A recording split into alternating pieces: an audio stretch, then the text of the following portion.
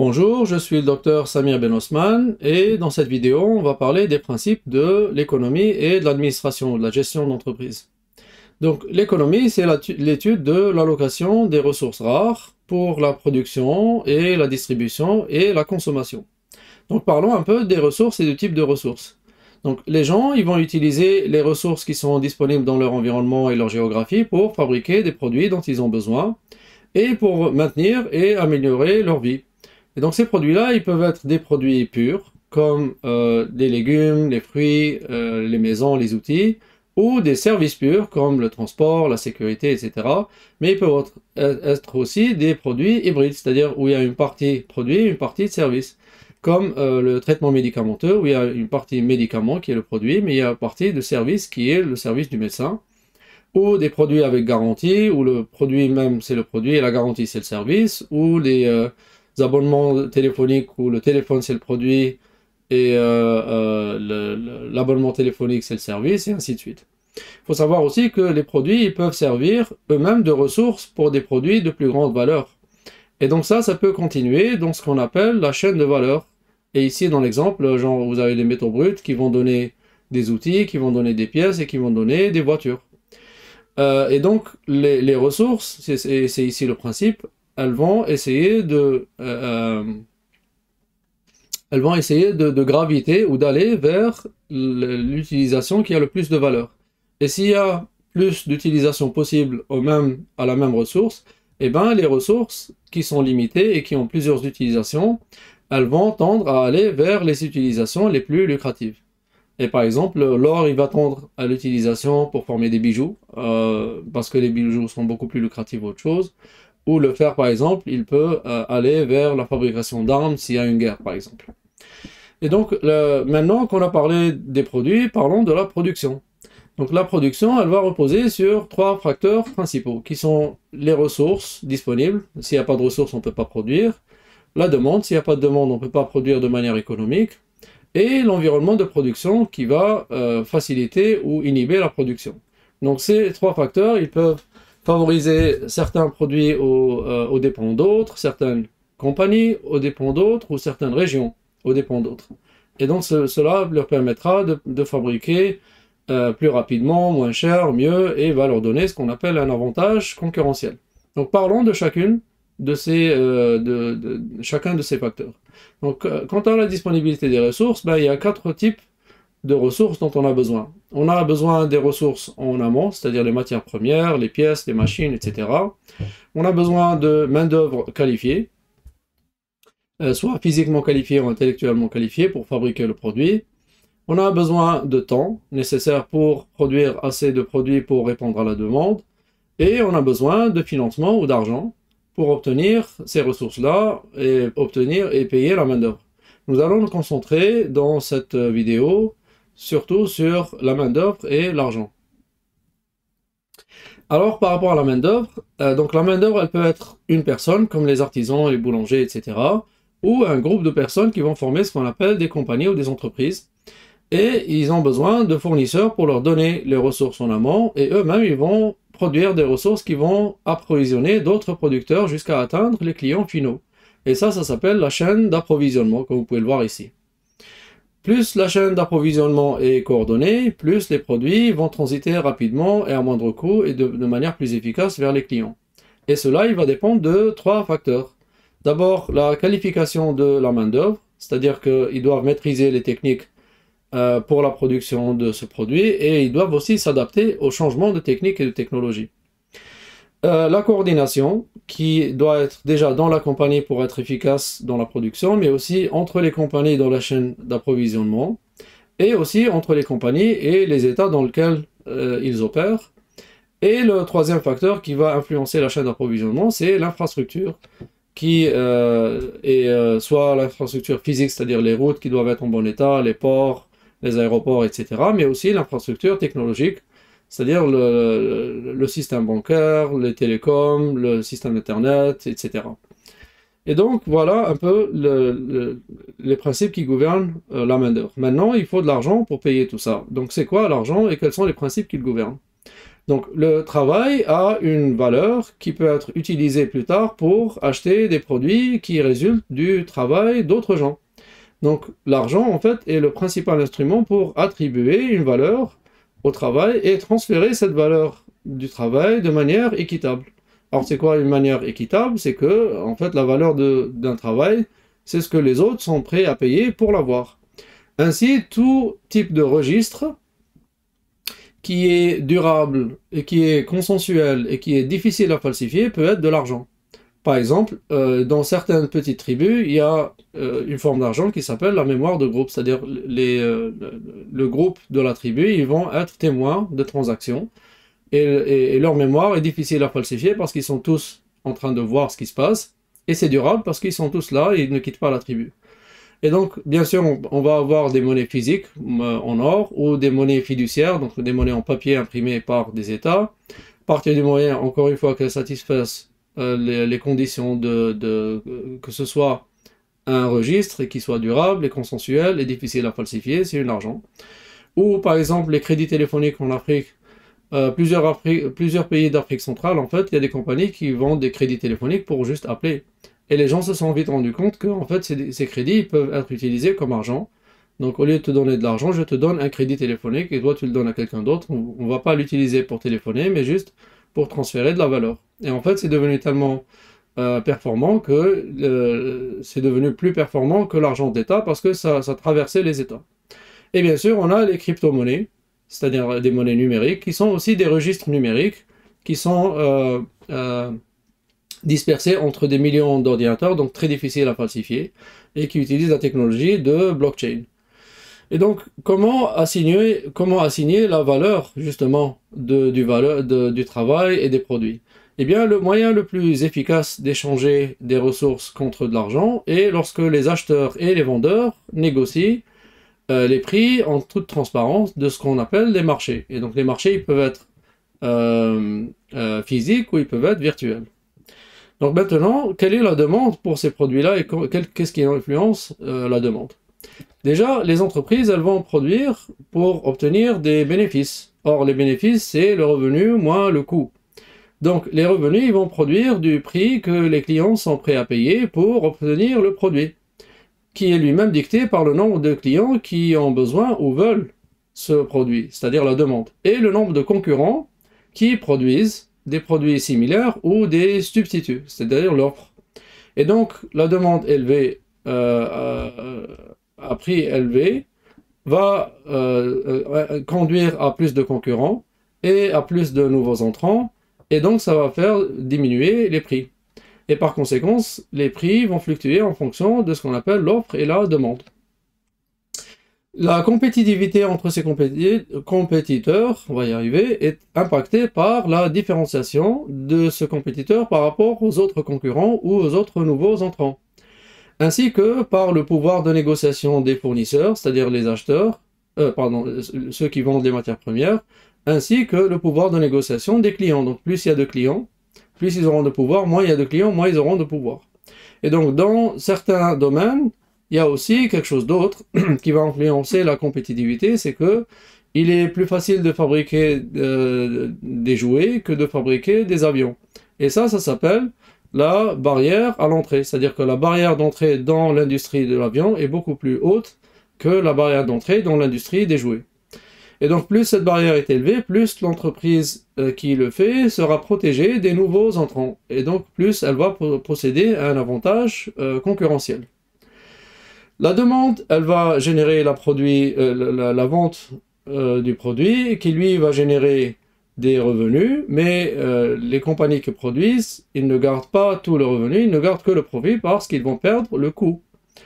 Et le coût, il va être de deux types, soit des coûts fixes, c'est-à-dire qu'ils restent les mêmes quel que soit le volume de production, comme les machines, les usines, les salaires de la main-d'œuvre permanente, les taxes, etc., ou ils peuvent être variables, c'est-à-dire qu'ils vont augmenter ou diminuer avec le volume de la production, comme les matières premières ou la main-d'œuvre non permanente, contractuelle, etc.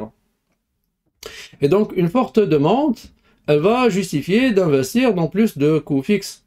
Pourquoi? Pour produire plus d'unités à moindre coût par unité. C'est ce qu'on appelle la réalisation d'économies d'échelle. C'est-à-dire quand on achète des grandes machines, ben la grande machine elle est chère, mais elle va produire beaucoup plus de ce produit à moindre coût. Et donc on va réaliser d'économies d'échelle. Donc on peut les avoir que quand on a une grande échelle. Comme la concurrence, elle va faire de même, investir dans les mêmes coûts fixes, etc. pour avoir les grosses machines et tout, ben les prix ils vont devenir de plus en plus bas si le produit est toujours en demande. Par conséquent, plus la demande est forte, plus les produits deviennent moins chers à produire, jusqu'à ce que la demande se stabilise. Les compagnies, elles vont évaluer tous ces facteurs dans ce qu'on appelle l'analyse coût-avantage. C'est-à-dire pour déterminer si le revenu ou le rendement qu'elles vont obtenir en produisant ce produit, il vaut la peine par rapport au coût qu'ils vont mettre pour le produire. Et ça s'appelle le retour sur investissement. Et donc, bien sûr, il faut savoir que toujours que quand on investit pour fabriquer un produit, ça se fera toujours au détriment d'un autre. Ça s'appelle le coût d'opportunité, parce qu'on a un nombre limité de ressources, et donc quand on les utilise pour un produit, on est en train de ne pas les utiliser pour un autre. Et du coup, il faut toujours analyser le coût d'opportunité pour que les compagnies mettent en priorité les produits ou les activités qui vont avoir le plus de retour sur investissement par rapport à d'autres. D'ailleurs, ce mode de réflexion, il est aussi pertinent pour les décisions individuelles et personnelles, c'est-à-dire que le temps que nous, en tant qu'êtres humains, et les ressources qu'on investit dans des choses de notre vie, ben c'est le temps et les ressources qu'on n'est pas en train d'investir dans d'autres choses. Donc il faut régulièrement faire la part des choses et dire est-ce qu'on a les bonnes priorités dans la vie.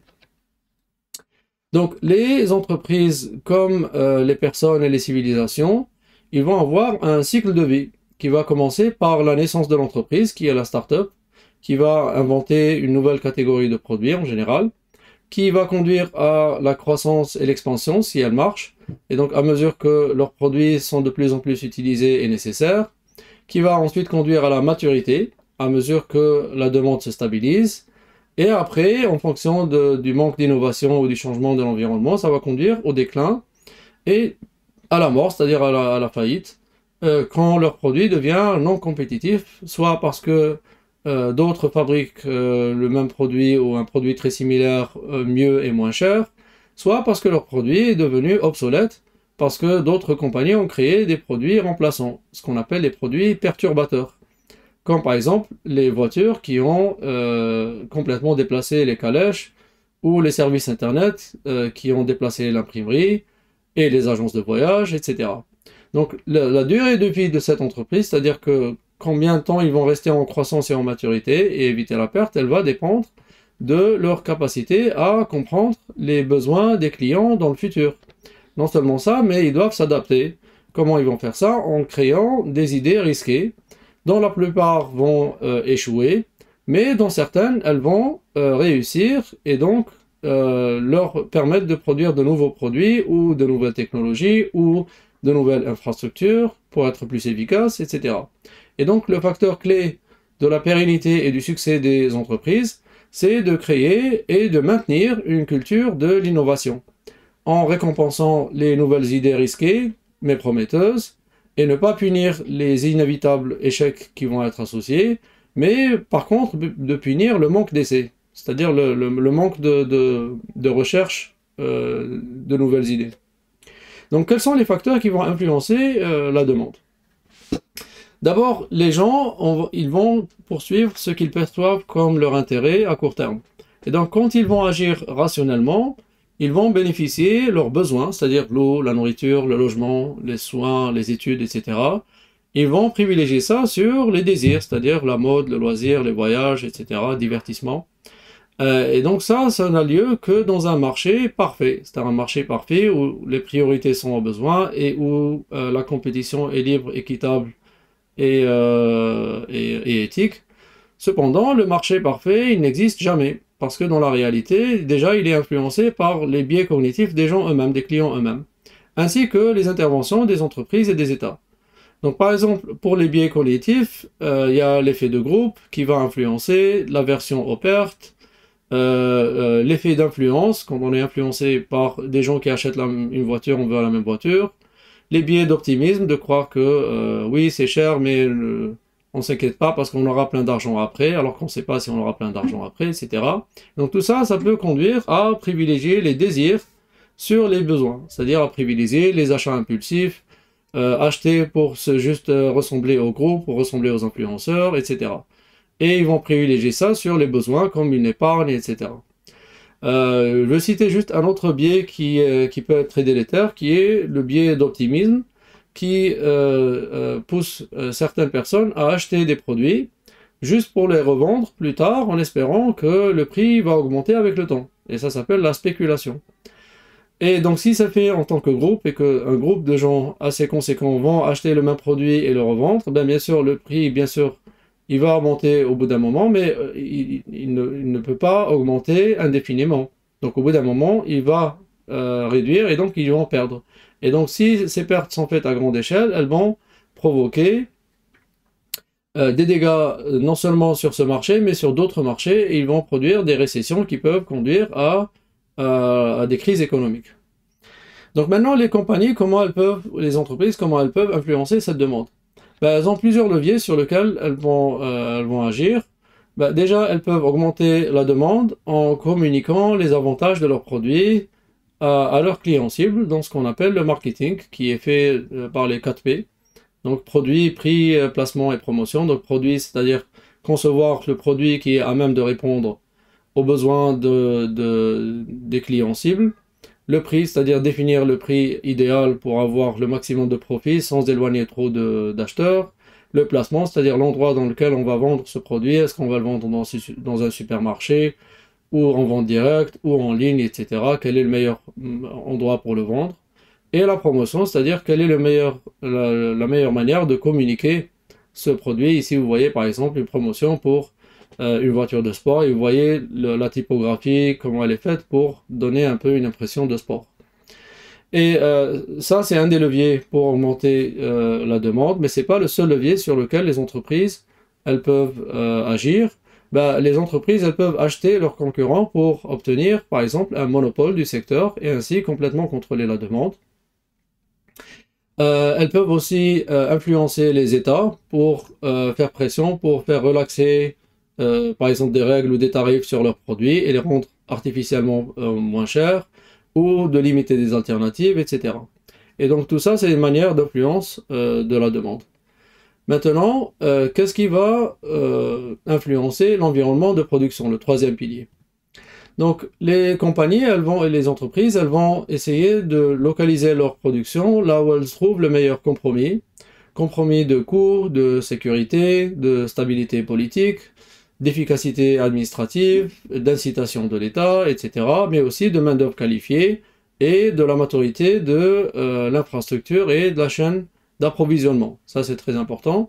Et donc, les systèmes politiques et les États, ils peuvent aussi influencer cet environnement de production en créant des protections pour l'investissement, par exemple, soit physiquement contre le vol et le vandalisme, etc., ou juridiquement contre la saisie et la confiscation intempestive, etc.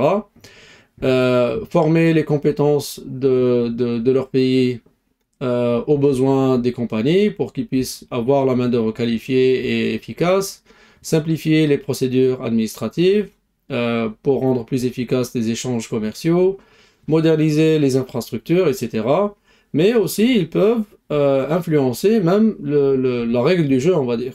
Et donc, les États, ils peuvent, par exemple, monopoliser ou nationaliser certains secteurs, comme l'éducation ou la santé ou d'autres secteurs, où ils peuvent taxer ou détaxer des produits pour modifier leur prix et ainsi artificiellement modifier la demande pour ces produits-là.